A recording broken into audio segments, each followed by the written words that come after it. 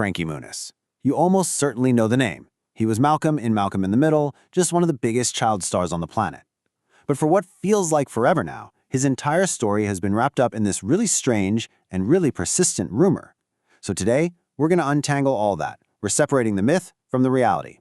I mean, just think about this question for a second. What if you couldn't remember being the most famous kid in the world? Imagine it. You're at the absolute peak of your career, the star of a show everyone loves, and then, poof, you don't remember it. It's this tragic, super compelling story, but is it the real story? And this right here, this comment from Reddit just shows you how deep this idea has gone. It's literally become a running joke, a piece of trivia that everyone just accepts as fact. People are making jokes about him, forgetting that he forgot. That's how baked in this whole narrative is. Okay, so, the myth of memory loss. Where in the world did this story even come from? Let's just dive right in and tackle the legend head-on. We're going to look at what everyone thinks they know and figure out why it became such a powerful, widely believed story. So this is the story you've probably heard, right?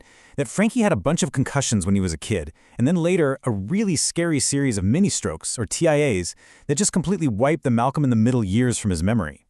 It's this really dramatic tale of a child star whose biggest moments were just stolen from him by his own health.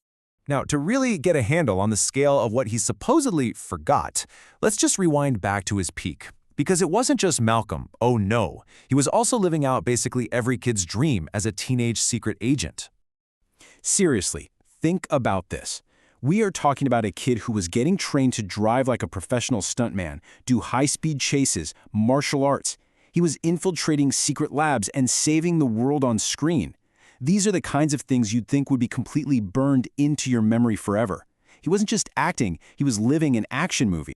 And get this, in the movie, the CIA supposedly spent $10 million training Agent Cody Banks.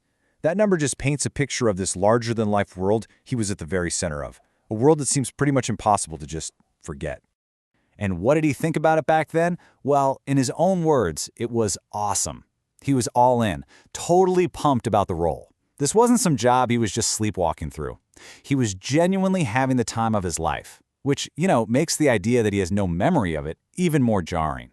So after Hollywood, he didn't just sort of fade out. Not at all. He made a very deliberate, conscious choice to build a whole new identity for himself, chasing these passions that were like a million miles away from a film set. Let's take a look. This timeline shows this really clear pattern. Right after Malcolm wraps in 2006, he pivots hard into professional racing. Then in 2009, a really bad crash forces him to recover, so what's he do? He joins a band as a full-time drummer, and then years later, he gets right back behind the wheel. These aren't just little hobbies, these are total career changes. And this quote right here, this really explains the why behind all those changes. In acting, success can be so subjective, right? You can give the performance of your life, and some critic can just tear it down. But in racing, the stopwatch does not lie.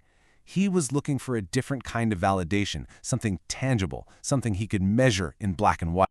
Okay, so we've laid out the myth. We've covered his life after acting. Now let's get to the main event. What is the actual truth behind the health scares and all these memory loss rumors? The stories about his memory are all tied to this really serious medical diagnosis, transient ischemic attacks, or TIAs. Most people call them mini-strokes. Muniz himself said he thought he'd had at least 15 of them. And that medical component is what gave this whole rumor so much weight and credibility. But here it is. This is the critical plot twist. After years of extensive tests, doctors came to a totally different conclusion. He wasn't having mini-strokes. He was suffering from aura migraines. Now, that's a neurological condition that can actually mimic stroke symptoms, like vision problems and numbness, but it is a fundamentally different thing. So let's just put this all side by side to make it crystal clear. The rumor, severe amnesia from strokes. The reality, he never actually had strokes, he was diagnosed with aura migraines. The rumor, he can't remember being Malcolm at all. The reality, he admits he has a bad memory, and frankly, who wouldn't after 9 concussions and a totally insane childhood schedule? But it's not amnesia. He just doesn't remember every single little detail from 20 years ago. The bottom line is this. What we all thought was this tragic story of lost memories is really just an exaggerated story about someone having a fuzzy memory of a very, very hectic time in their life. So, with that myth totally cleared up, we can finally see Frankie Muniz in a completely new light. He's not some victim of his past. He is a guy who has taken back control of his own story, and he's building a really exciting new chapter. And what you look at where he is now. He's back racing full-time in NASCAR, and his motivation is to have his son see him working hard to achieve a goal. He's already finding success too, with a top 10 finish at Daytona. And then, in this amazing full-circle moment, he's set to come back as Malcolm in the new revival. He's not running from that past anymore. He's running right toward it. This quote, wow, this is just incredibly powerful. After building this whole other life for himself away from Hollywood, after searching for that objective success in racing, coming back to the role that made him famous was the first time he ever felt truly happy to call himself an actor. I mean, that just shows such a huge shift in his whole perspective, a real peace he's made with his own identity.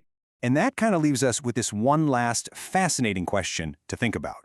For someone who works so incredibly hard to become a race car driver, a musician, an entrepreneur, what does it really mean to willingly step back into the very first identity that started it all? It's a pretty compelling look at fame, memory, and the stories we ultimately choose to tell about ourselves.